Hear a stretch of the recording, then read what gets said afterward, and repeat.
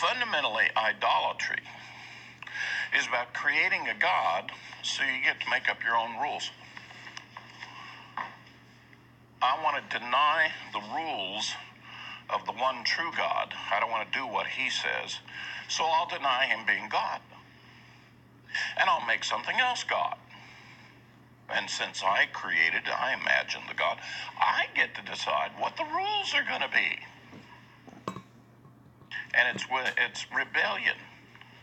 It is being against God and setting yourself up for it. But as you all know, this is an unbelievable disaster in the making. Because the problem is that we're all operating on a world that was made by the one true God. So anything that you do contrary to him is a misappropriation of whatever it is that he has made. And oh, by the way, just like the idol maker, he can pick up the chips and the whole object that you, quote, has made, and he can put it in the fire and he can cook his supper over it.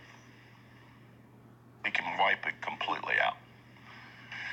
So this is what Isaiah is trying to deal with. He's got a lot of people that are into idolatry.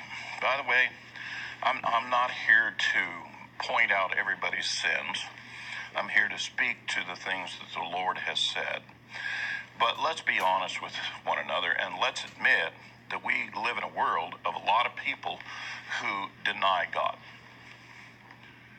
And they make other things to be God to substitute for him so that they can make up the rules. In our society today, we've got a lot of people who have figured this out.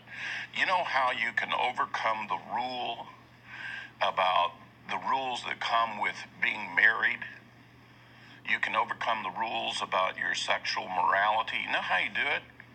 Just deny the God who made the rules. And all of his rules go with him as you deny him.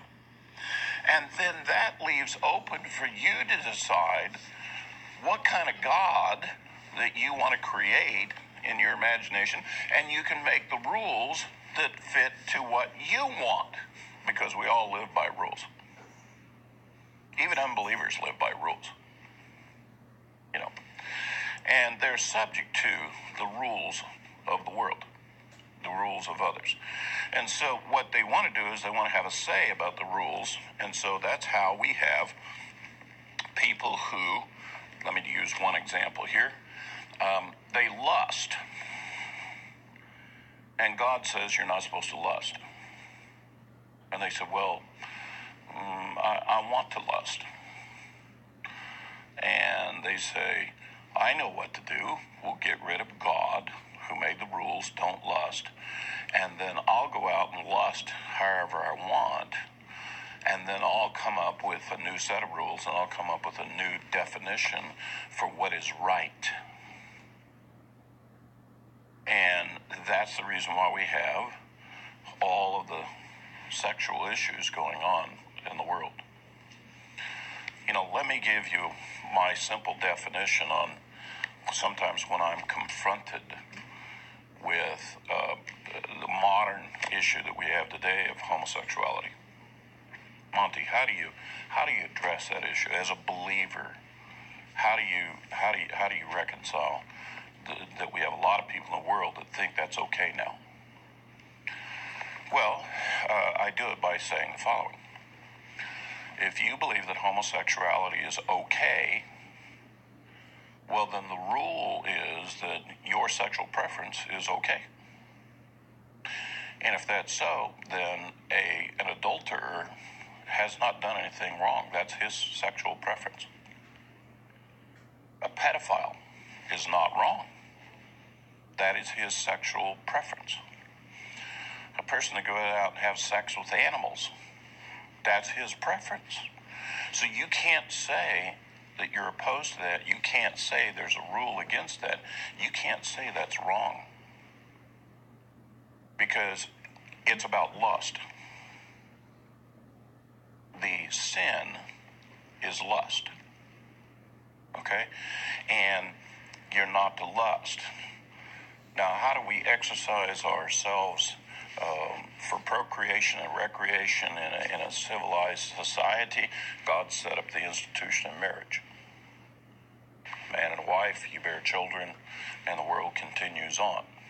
Homosexuals don't bear children. Pedophiles don't bear children. There's no environment there for procreation. Whereas it is strictly about them and their lust.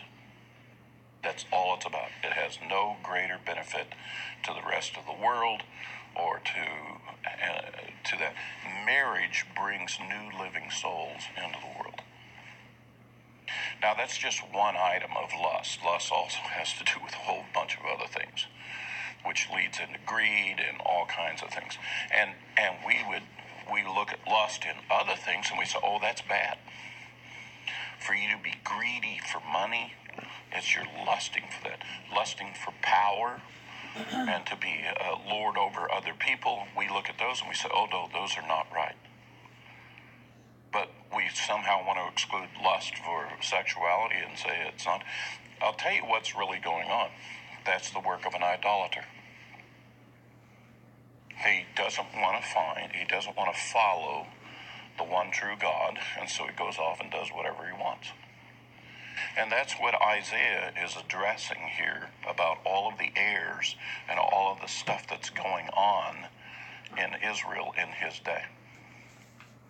Not only with the general citizenry, but with the leaders of Israel and the other kings of other nations and other peoples. And so he's addressing the fundamental issue. And the fundamental issue is they have made another god for themselves. And that's their, quote, license to do whatever